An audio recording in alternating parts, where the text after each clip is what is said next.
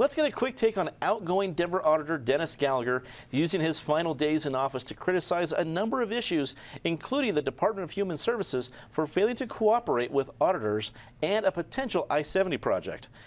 Patty Cahoon from Westward, we certainly didn't count on Auditor Gallagher going quietly into that good night. He went out with the fire, which is indicative of what his career has been like. What did you think of his parting shots? Well, they were vintage, and I loved it because they arrived exactly as the new people were being inaugurated. And I was also very grateful for them because I was one of the roasters of Gallagher on Tuesday night, and it gave me several laugh lines. So great public servant, 44 years in office. He'll be really missed around this city. Todd Shepherd, editor of CompleteColorado.com. Thanks for joining us. You bet.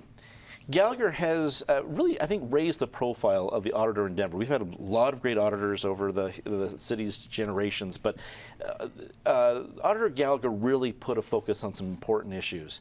Do you think the next auditor, Tim O'Brien's, up to the task? And do you think there will be still some things to clean up from what Gallagher has pointed out? Things to clean up, certainly.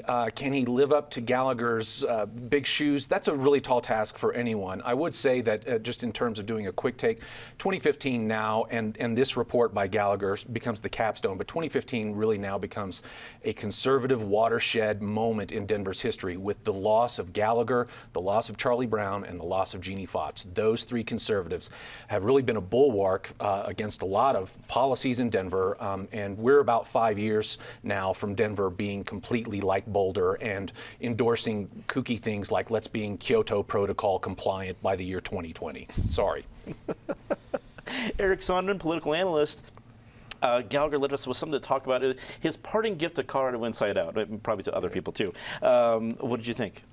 Well, first of all, I think Todd Shepherd can expect a libel action from Dennis Gallagher for calling him conservative. I think he'll take offense to that. I'm going to have a slightly different take on this one than Patty. Yes, I think it was vintage Gallagher, how he exited office, but I also think it was a little bit bad form. I'm not suggesting the issues didn't deserve to be highlighted, but you need to know when to say goodbye. This was not as bad as Bill Clinton leaving office with a whole bunch of questionable pardons, but I'll have a different take here. I don't think Dennis Gallagher in his final few weeks in office necessarily that those were the highlights of his career or that he covered himself in glory.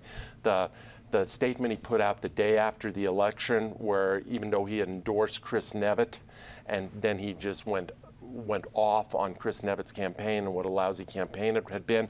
Well, as best I could see, the centerpiece of the Nevitt campaign was the Gallagher endorsement of Nevitt.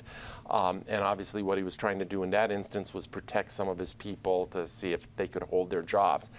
I don't think this was the world's greatest forum.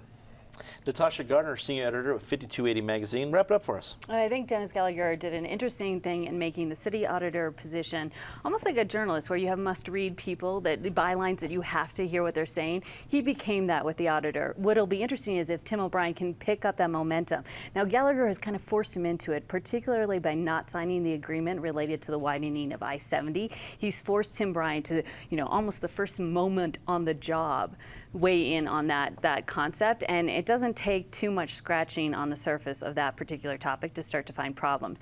This is not the last we'll hear of I-70, and Gallagher ensured that that's going to be the case.